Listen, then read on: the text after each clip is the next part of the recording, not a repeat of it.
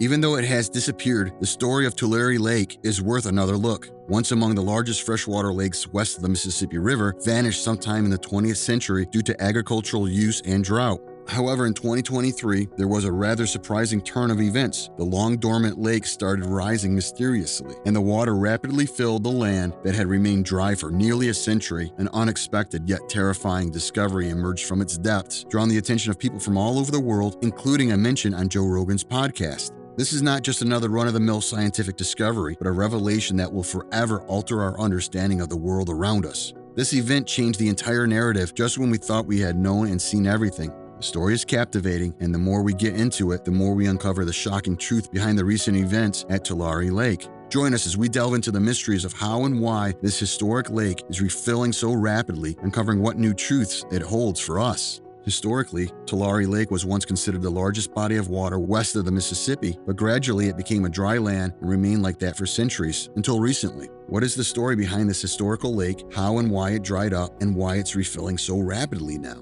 To answer this deal of questions, let us take a trip down history lane. For thousands of years, the High Sierra rivers and streams ran free like the wind, eventually emptying into the San Joaquin Valley unchallenged by any diversion or man-made structure. This once impressive freshwater inlake was fed by numerous waterways that delivered melting snow from the Sierra Nevada. This substantial flow of water filled what was once referred to as the largest body of fresh water of the Mississippi River, the Tulare Lake we know today. When the winter snowpack was deep, the melted snow came rushing down, expanding the lake's shoreline. A lighter snowpack meant less water. Therefore, from year to year, Tulare Lake's size would fluctuate. Eventually, water from the Sierra Nevada was diverted and the lake disappeared. Though it frequently changed in size and shape, the lake was always large enough to be an awe-inspiring feature, and because of the nature of its formation, Tulare Lake was often referred to as a mystical shapeshifter. So you might be wondering how big this lake could have been to have such a rich history. In wet years, it could stretch over 690 square miles across the Central Valley. At times, towns like Cochrane and Stratford, if they existed, would have been totally submerged beneath 25 feet of the Sierra's water, and its shore would reach the outskirts of Lemoore. Such was the size and scope of the vast Tulare Lake well over 150 years ago. Despite high periods of runoff, Tulare Lake has mostly dried up for the past 100 years, which makes us wonder why. Apparently, the lake dried up because of years of diversion by irrigation districts starting in the 1860s, and then the construction of dams, levees, and canals that controlled the flow of the mighty Kings. Before the Pine Flat Dam was built, fierce rainstorms nearly filled Tulare Lake in 1938 and 1983. The wet year managed to fill much of the old lake as it reached the outskirts of Cochrane. According to geographical records, the area known as the Tulare Lake region formed millions of years ago as geological events created a great basin between the Sierras to the east and the coastal range to the west. The end result of thousands of years of rain and mountain runoff settling in the lowest part of the basin created the historical Tulare Lake.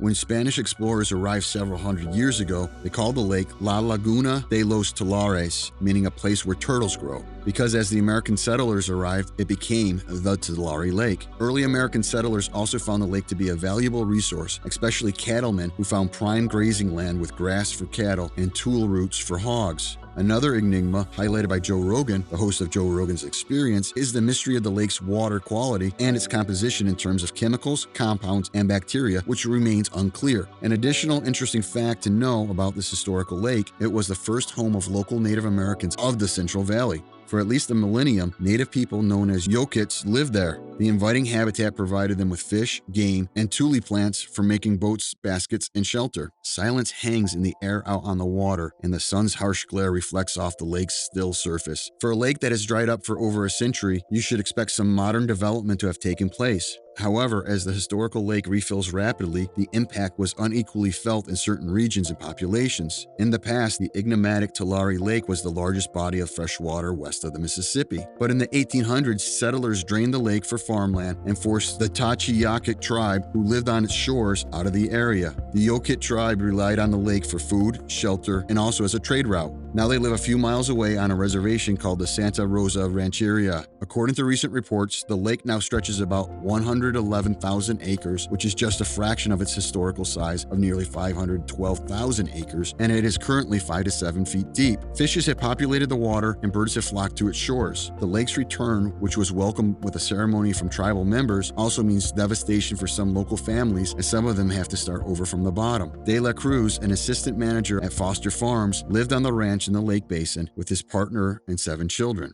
There, he helped care for more than 1 million chickens until recently when water flooded the property. The family only had time to grab some clothes and documents before leaving their house. What a tragedy. In the valley, small family farms sit beside huge mega farms, and some people fear that they might share the same fate as De La Cruz. In addition to the wreckage of homes, the disaster encountered as a result of the flooding encountered because of the rapid rising of the Tulare Lake extends further to farmlands and farm produce. The reborn Tulare Lake submerged thousands of acres of farmlands used to grow pistachios, almonds, cotton, and safflower in one of the nation's most productive agricultural regions, creating a seemingly endless blue horizon. With Tulare Lake's return, ducks, egrets, and other waterfowl have flocked altogether to its dusty shores. Frogs wade in the water's edge, diving in at the slightest movement, and the tule grass sprouts along the shoreline. As Tulare Lake reclaims its historic footprint in the lowlands of the San Joaquin Valley, long-forgotten ecosystems have been revived. While some people rejoice at the return of the historical lake, what looms below the surface is a bigger concern. The floodwaters swallowed up storage sheds, stocking fertilizers and other chemicals, along with manure piles, electrical wires, and sharp-edged farm machinery. The lake flooded private land, so technically boating in the waters is a form of trespassing. Though the revived Tulare Lake is considered private property, the lake has drawn visitors to its shoreline, but not to swim or recreate. While deputies have not had to deal with people trying to get boats out on the water, that has not stopped people from getting close. Some time back, deputies came across an abandoned submerged Nissan sedan that was not there before. In other instances, they found people fishing and warned them it was unclear whether it was safe to eat those fish. Words out there was that the water was pretty dirty, so it's just not safe. Considering the chemicals, manure piles, and other farm waste that the flood has consumed, it is not shocking to conclude that the water is not safe for human consumption. Despite widespread disaster encountered from the refilling of the historical lake, some environmentalists and members of the Takiyokit tribe are advocating for the lake to remain. They believe the lake would help restore ecological balance and perhaps the region more resilient to future floods with climate change. The advocate stated that it is sad to see some of the stuff flooded and sad to see the homes hurt. It is also unfortunate to witness the farming industry take a hit, but it's also quite an event.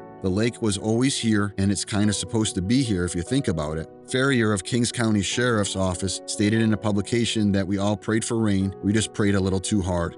Experts speculate the water will remain for at least a year before it evaporates. A very unusual find was encountered along the rising Tulare Lake coast. New scorpion species were discovered among trash in California. This endangered scorpion species has Bay Area researchers astounded. Brian Hines, a hobbyist herpetologist, made the shocking discovery. He was out exploring a small isolated plot of land in Fresno County in 2020 when he spotted a yellow scorpion lurking among piles of loose debris. At first, he was confused. The hobbyist herpetologist has identified thousands of species over the last 10 years, observing anything from Mojave rattlesnakes to desert horned lizards. When he posted a photo of the scorpion, a debate sparked among other researchers about what species it could be with its thick claws and unique yellow band. Despite speculations from researchers, no existing identification made sense, and this mystery lingered in the scientific community for years until now. Recently, local biodiversity experts revealed in a publication that Hind had discovered a new species named Pararachnis tulare, or P. tulare, in the arid San Joaquin Desert.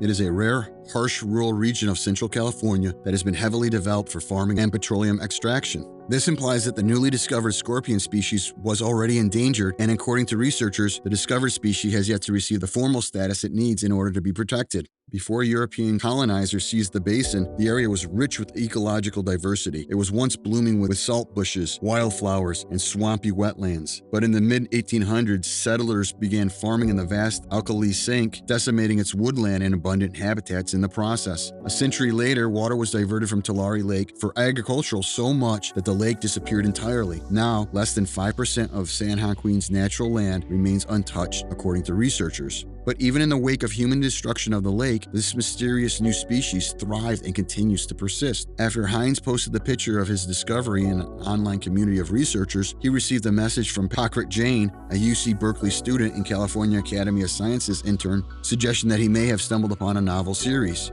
Jane had discovered several other scorpion species in California, but was still curious about the new discovery. Hines tipped him off on the scorpion's location, prompting Jane and a couple of other researchers to revisit the barren destination where it originally was spotted. For the next couple of years, study authors have traveled to Central California, navigating bands of agricultural land in pursuit of the elusive scorpion. As Tulare Lake reclaims its historical footprint in lowlands of the San Joaquin Valley, long-forgotten ecosystems have been revived, or so we thought. With the widespread disasters and huge losses encountered, people are left with mixed feelings, uncertain whether to be happy or sad about the refilling of this historical significant lake. Uncertain whether to be happy or sad about the refilling of this historically significant lake. Which discovery do you find most interesting? The origin of the historically significant lake, the gruesome aftermath of the flood, or the new scorpion species discovered among the debris from the flood? Let us know in the comments. Don't forget to hit like and subscribe to the channel for more videos. Thank you for watching, and we'll see you in the next one.